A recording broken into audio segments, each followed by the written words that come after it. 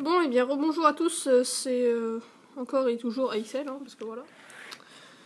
Alors, juste avant, on a fait la vidéo pour faire la croix jaune et les arêtes, pour bien les placer. Donc maintenant, nous allons nous occuper des coins. Pourquoi j'ai dit les coins comme ça, je ne sais pas. Alors, oups, pardon. Donc, notre but n'est pas pour l'instant d'orienter les coins sur la bonne face, c'est-à-dire on va pas s'occuper de mettre ce coin-là dans le bon sens avec le bleu et le rouge dans le bon sens et le jaune au-dessus, on s'en fout ça. Pour l'instant on repart avec les couleurs. Donc par exemple, nous avons ce coin-là, ici. Il est jaune, rouge, vert, et il est justement entre les arêtes rouges et vertes, et la face jaune. Donc notre but, ça va être, à partir de ce coin, on va placer tous les autres, parce que tous les autres ne sont pas placés. Vous voyez, là on a un bleu-orange, on est entre le bleu et rouge. Là on a un orange-vert, on est entre le orange et le bleu. Enfin bon, c'est un peu le bazar. Donc à partir de ce point bien placé avec ces couleurs, on va pouvoir placer les autres. Donc c'est encore une formule mnémotechnique. Vous avez de la chance parce qu'avant je connaissais une technique pour finir le Rubik's Cube, comme ça les étapes de la dernière couronne et de la face jaune. Ce n'était pas mnémotechnique du tout, et c'était juste du par cœur, des formules par cœur à retenir encore et toujours. Et c'était chiant. Donc, on y va. Alors, c'est bon, on va appeler la formule. Donc, lui, ça va être notre bonhomme de la formule. Ses amis veulent partir en voyage. Du coup, lui, il va les voir. Il est là. Mais ses autres amis veulent aussi partir en voyage, du coup il va leur dire au revoir aussi. Ses amis se cassent. Du coup il va leur dire au revoir de loin. Et là ses autres amis s'en vont aussi, du coup il va leur dire au revoir de loin aussi. Est-ce que vous avez compris? Non. Vous n'avez rien compris, c'est normal. Alors, et pourtant ça va placer tous mes coins. Ah non, je veux pas que ça place tous mes coins moi. Oh. Si ça place tous mes coins d'un seul coup, expliquez-moi l'utilité. Alors, donc, prenons par exemple ce coin bien placé, orange, jaune, vert. Oui, je sais, la luminosité est géniale. Parce que le soleil ne vient que d'un seul côté, donc quand je suis comme ça, vous voyez pas quelle est la couleur d'ici. Bref. Donc, c'est notre bonhomme. Donc là, il y a ses amis de gauche qui partent en voyage. Du coup, lui, il va leur dire au revoir. Mais ses amis de droite partent aussi en voyage. Du coup, il va leur dire au revoir aussi. Ses amis de gauche en ont marre et se cassent vraiment. Il leur dit au revoir de loin. Les amis de droite en ont vraiment marre et se cassent vraiment. Et il va leur dire au revoir de loin. Est-ce que vous avez compris à nouveau? Je vous laisse le temps de réfléchir. Non, je rigole, j'ai pas le temps. Donc, là, apparemment, ça n'a rien fait. Parce qu'on peut voir, ça n'a placé aucun des coins. Hein. On a toujours notre coin bien placé seulement. C'est parce que ça déplace les coins... C'est parce que ça déplace les coins, pareil, dans le sens des aiguilles d'une montre, il me semble. À chaque fois qu'on fait la formule, ça les déplace d'un cran. Donc forcément, ça va pas tous les placer du premier coup, sauf tout à l'heure où on a de la chance. Donc on recommence. Ses amis, ils partent en voyage. Du coup... il va leur dire au revoir. Ses autres amis partent en voyage, du coup il va leur dire au revoir aussi. Les amis en ont marre et se cassent, il va leur dire au revoir de loin. Et eux aussi en ont marre et se cassent, il va leur dire au revoir de loin. Ok. Donc là par contre on a nos coins bien placés. Tous. Ouais, le bleu, bleu rouge, bleu orange.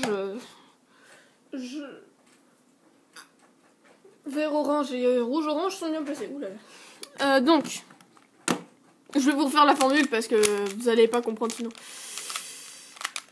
Hop là, hop. Donc, recommençons tout depuis le début. Mais de toute façon, plus je vous la refais et plus vous la refaites, et du coup, mieux c'est. Plus vous la retenez.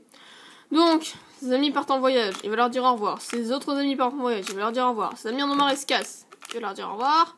Eux aussi, pareil. Voilà. Merde.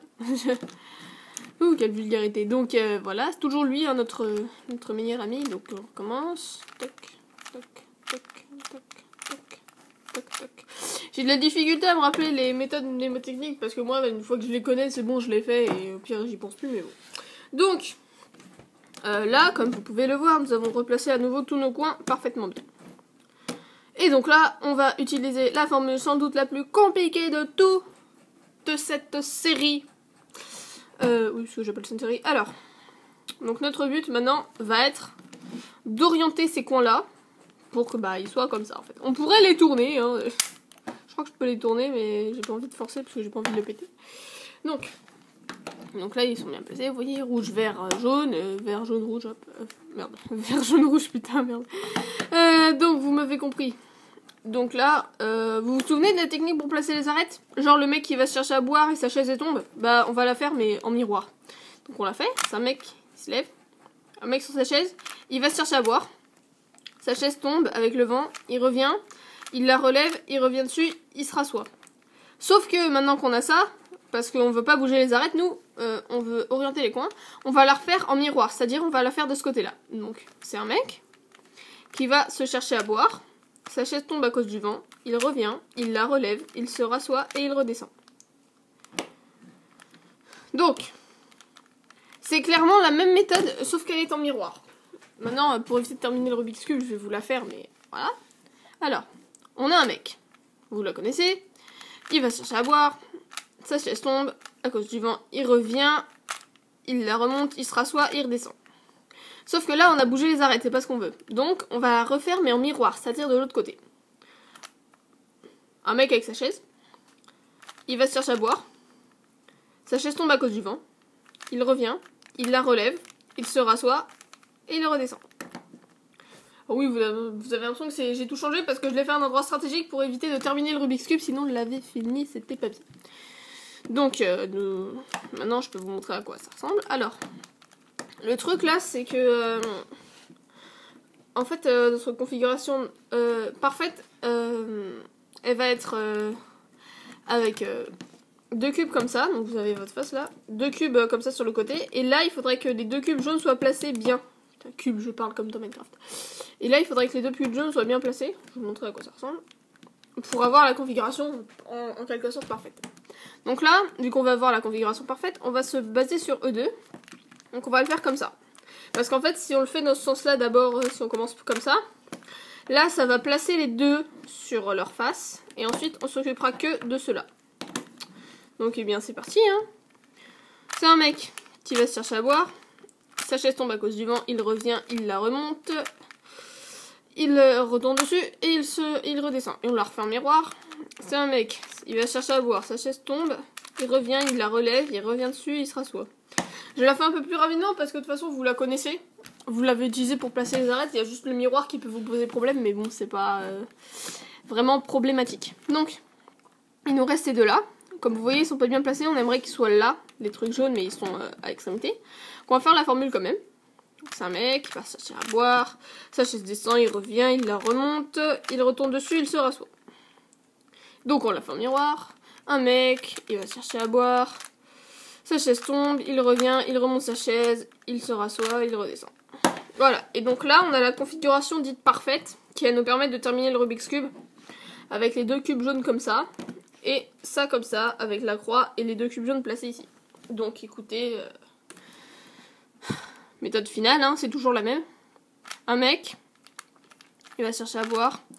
Sa chaise tombe, il revient, il la relève, il retourne dessus, il se rassoit. Et miroir, c'est un mec, il va chercher à boire. Sa chaise tombe, il la remonte, il revient, il se rassoit. Et voilà. Avec ces méthodes-là, que vous apprendrez par cœur, vous arriverez à terminer le Rubik's Cube. Wouhou, bravo, génial, magnifique.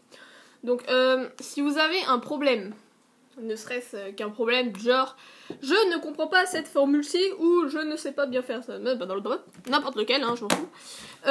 Vous pouvez m'envoyer un message sur le forum ou un commentaire sur les vidéos si je ne vous connais pas et que vous visitez juste ma chaîne comme ça. Donc oui, n'hésitez pas si vous avez un problème à me le dire parce qu'il se peut que vous ayez des configurations que je n'ai pas montrées ici. Et à ce moment-là, je pourrais peut-être vous aider. Voilà, donc en espérant que vous serez enfin content d'avoir terminé votre Rubik's Cube 3x3 qui dormait sur une étagère depuis 1500 ans en attendant d'être fait.